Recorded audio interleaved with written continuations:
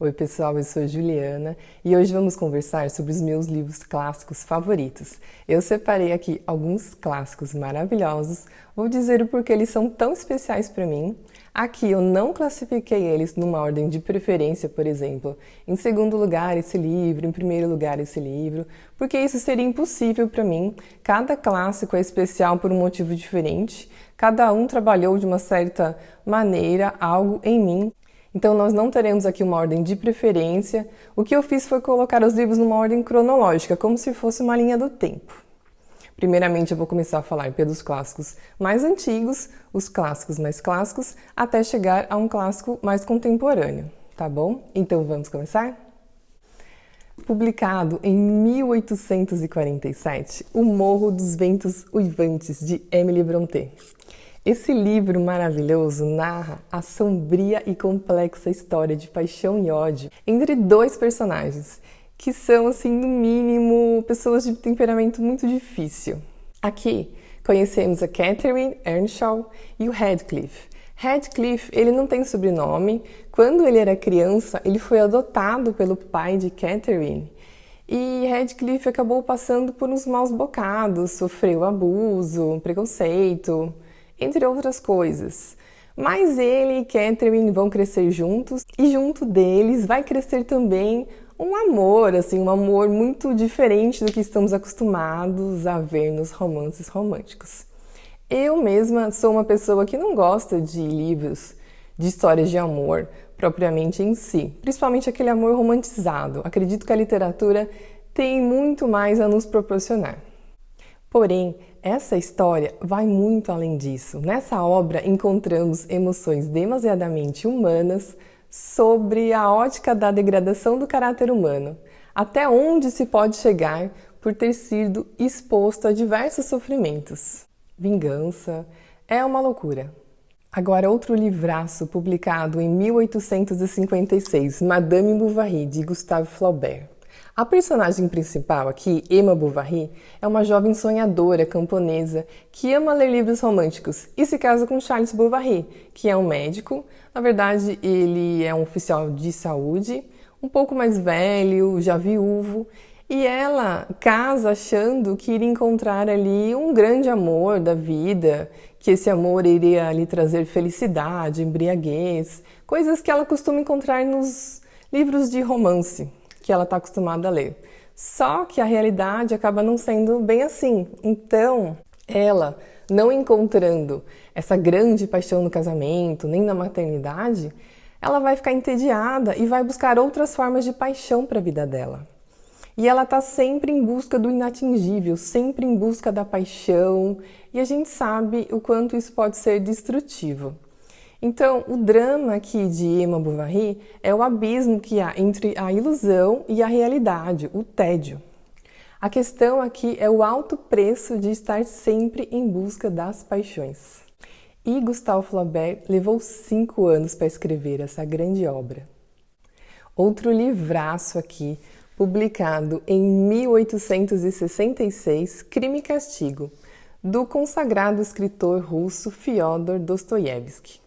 Nessa grande obra, vamos acompanhar o jovem estudante Raskolnikov, que vive em São Petersburgo e se encontra numa situação financeira muito complicada.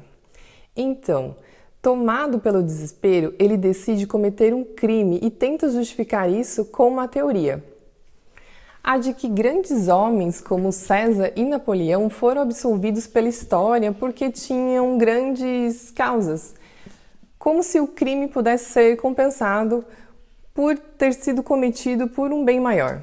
Esse ato que ele decide cometer desencadeia inúmeros conflitos internos.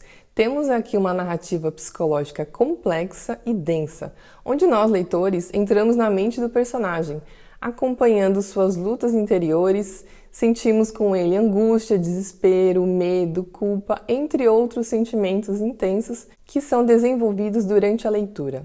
Agora, esse livro foi publicado em 1890, O Retrato de Dorian Gray, de Oscar Wilde. Aqui, Dorian Gray é um jovem aristocrata que se dá conta da sua própria beleza ao ver seu retrato pintado por um amigo.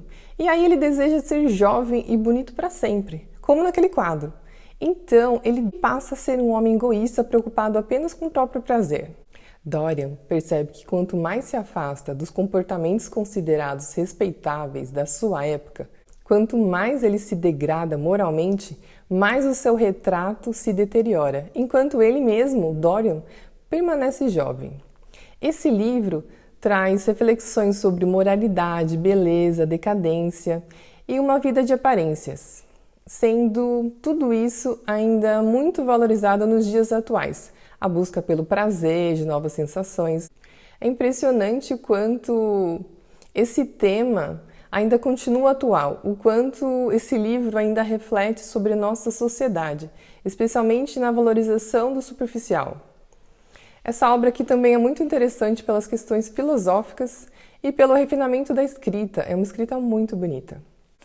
Mais uma obra que me deixou perdidamente encantada, publicada em 1925, O Grande Gatsby, de Francis Scott Fitzgerald. Esse livro aqui é um retrato de uma época. Essa obra é uma crítica à futilidade da sociedade americana dos anos 20, que ficou conhecida como Era do Jazz ou também os Anos Loucos, onde se destacava quem tinha dinheiro e promovia grandes festas. É uma crítica a um materialismo desenfreado e, no meio de tudo isso, temos também a tentativa de resgatar um grande amor do passado. Olha só o que está escrito na página 9. Um grande livro geralmente reflete não apenas a vida e o pensamento do autor, mas também o espírito de sua época e os ideais da história de uma nação. É exatamente isso que Fitzgerald realizou em Um Grande Gatsby, ao capturar a opulência, o ritmo e a miséria do estilo de vida de uma elite, no início do século XX, anos antes da quebra da Bolsa de Ações de Nova York de 1929.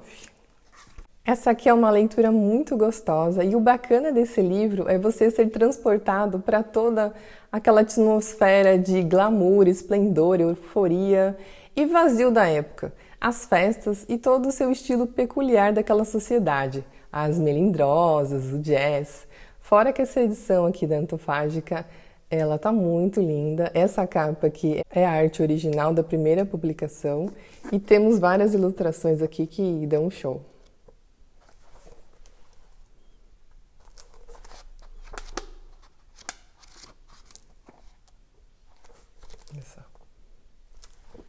Agora, outro grande clássico maravilhoso. Essa leitura aqui foi uma incrível jornada.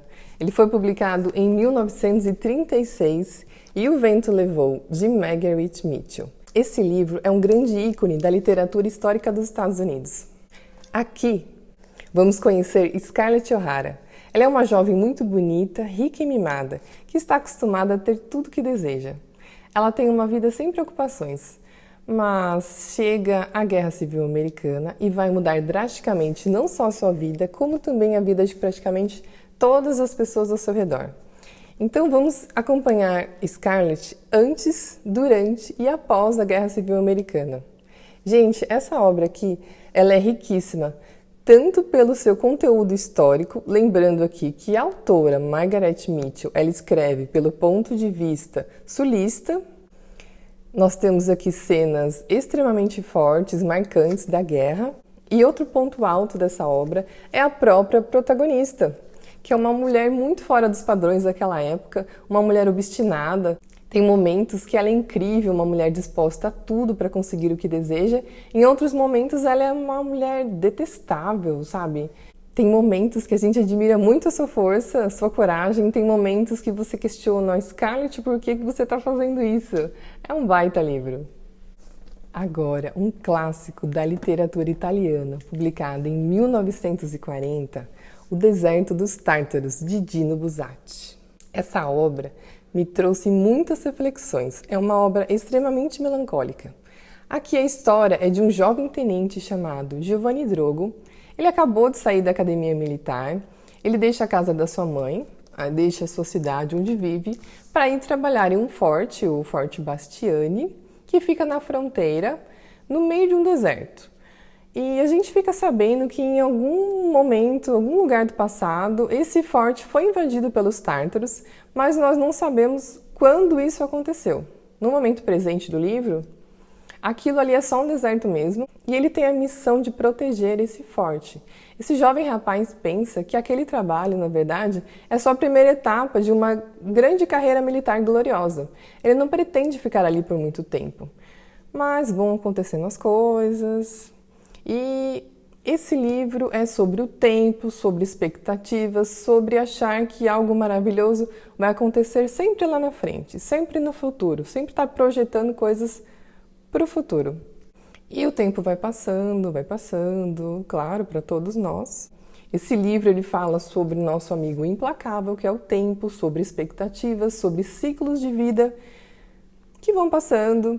Não é sobre o deserto, não é sobre a vida militar. Tudo isso aqui é uma grande alegoria. O deserto pode ser substituído por trabalho, por uma situação financeira, por um relacionamento.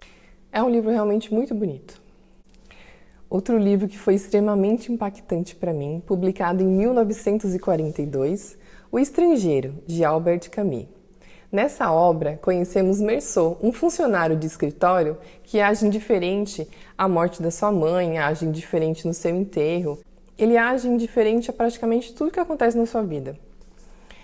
Tudo para ele parece que tanto faz. Ele tem uma indiferença em relação ao próprio destino e também uma recusa em agir conforme as expectativas dos outros.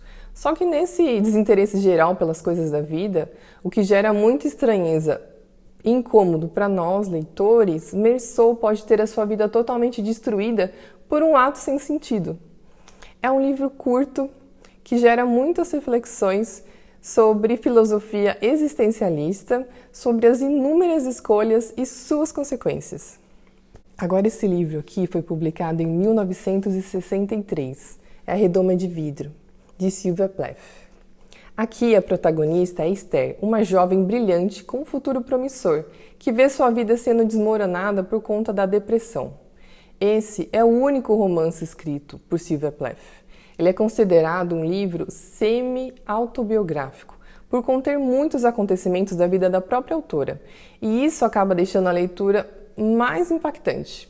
Conforme você vai lendo e descobrindo as semelhanças do livro com a vida da própria autora, especialmente porque ela acabou com a própria vida, ainda muito jovem, ela tinha apenas 30 anos e ela tinha também 2 filhos pequenos. E então esse aqui é um livro pesado, escrito de forma delicada e lírica, que aborda principalmente a depressão e também questiona o papel da mulher na sociedade. Bom, pessoal, esses são alguns dos meus clássicos favoritos. Tem outros tantos clássicos incríveis que eu acabei não mencionando aqui e tantos outros, muitos, que eu ainda vou ler. Então, quem sabe aí, se vocês quiserem, eu faço aí uma parte 2 para esse vídeo, tá bom? Um beijo grande, tchau!